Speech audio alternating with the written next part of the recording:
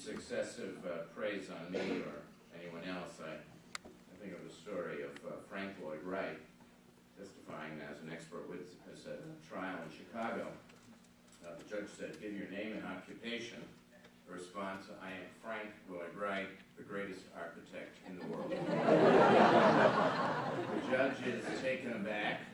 He asks, "What kind of a thing is that to say? Where's your humility?" Wright responds, "But Your Honor, I'm under oath."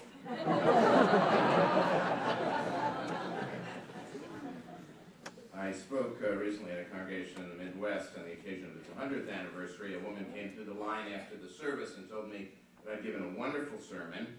I thanked her. You know, she said, the last time we had a visiting speaker, he talked for almost an hour and said nothing. You did it in 20 minutes. I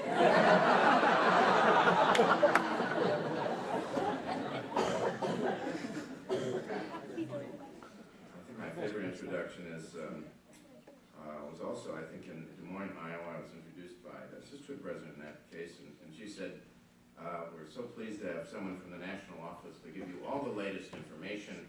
And now for the latest dope from New York, Rabbi Eric Yap."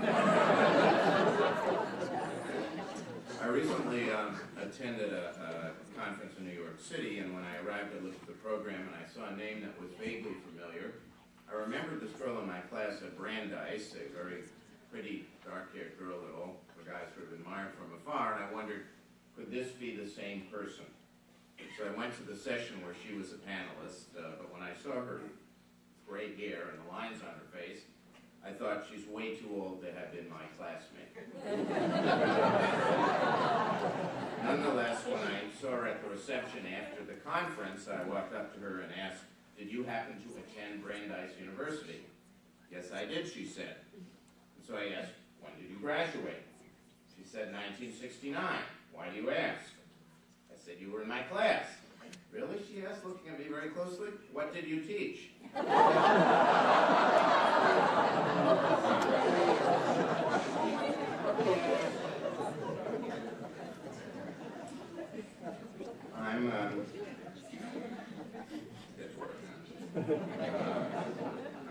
honored to be with you on this Shabbat and to pay tribute to Temple EmanuEl on your 50th anniversary. 50 years is not so very long in the history of the Jewish people, but it's a very long time indeed in the history of a congregation.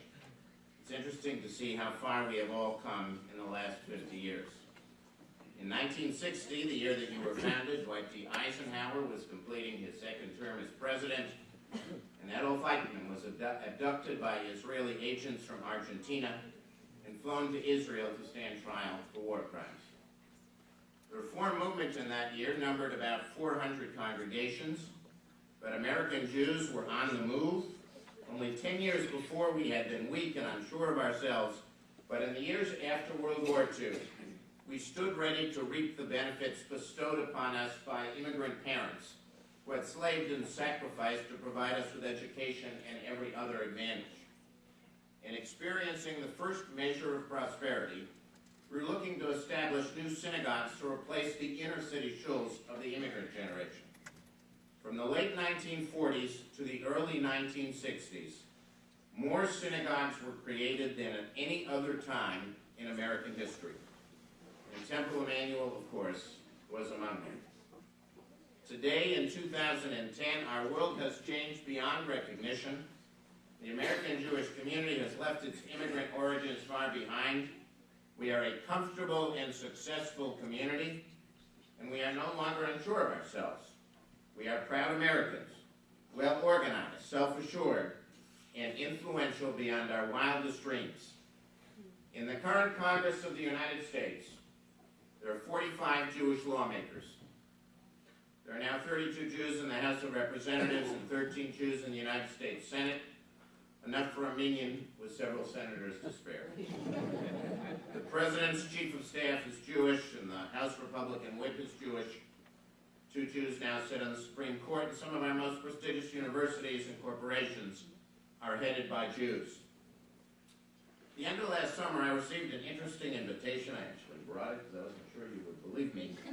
It read, "The Vice President and Dr. Biden cordially invite you to a poolside reception in celebration of Rosh Hashanah on Wednesday, September 9th, at the Vice President's residence, casual attire. When it came to my desk, I was talking to one of our staff members in Washington, and I said to him, "What is this?" His answer, "I think you've just been invited to a Rosh Hashanah pool party." And sure enough, my wife and I attended, of course. We were honored to receive the invitation.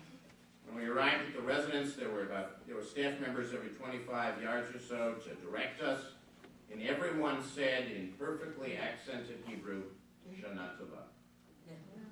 During the reception, the Vice President told us how proud he had been to be the first Catholic governor of the oldest state, Delaware, and he introduced us to Delaware's current governor, the first Jew to serve in that office. He then read us a passage about the meaning of the high holidays taken from Gates of Repentance, our movement's high holiday prayer book. If all this were not enough, last month Amy and I attended the Hanukkah party at the White House, hosted by the President of the United States. This was the 9th consecutive year that such an event had been held. It was lovely in every way. The President and the First Lady presided over the lighting of the Hanukkah candles. I had attended a few Hanukkah parties during the Bush years, and what I remembered from my first one is waiting in line while President Bush, the Texas oil man, and our gracious host had his picture taken with each of the guests. All the while, the Marine Band, in dress whites, played a medley of Hanukkah songs. You haven't lived until you've heard the Marine Band play I Had a Little Dreidel.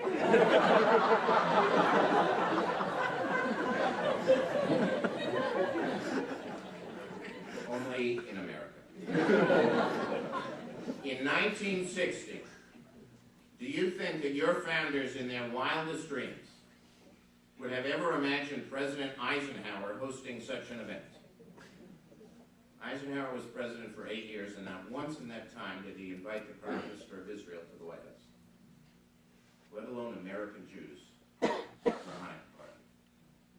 For that matter, imagine suggesting in 1960 that America would have an African-American president by the name of Barack Hussein Obama, whose very first executive appointment would be Ram Israel Amentai.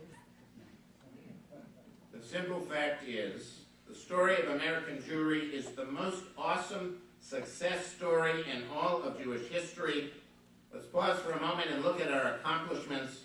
We have fought anti-Semitism wherever and whenever it occurs. And while you know and I know that anti-Semitism never disappears from the human heart, we also know that in America today, for most of us, it is no longer a major factor in our lives. Except in the rarest of cases, American Jews can go to school where they want, and live where they want, and work where they want, without fear of prejudice or discrimination. And this is not all. From our earliest days, we have seen ourselves as the guardians of vulnerable Jewish communities abroad, and we've not hesitated to generate political support for Jews in foreign lands who are under attack.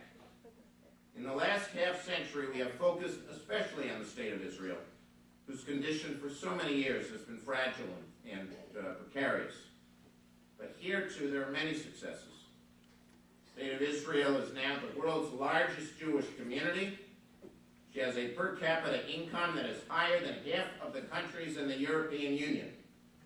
And she has one of the world's most solid currencies and most advanced technologies. Yes, we are worried about Israel's safety, very worried. But my point is this: our community is strong, well-organized, and outspoken. And we fight for our principles and for the welfare of Israel with self-confidence and determination.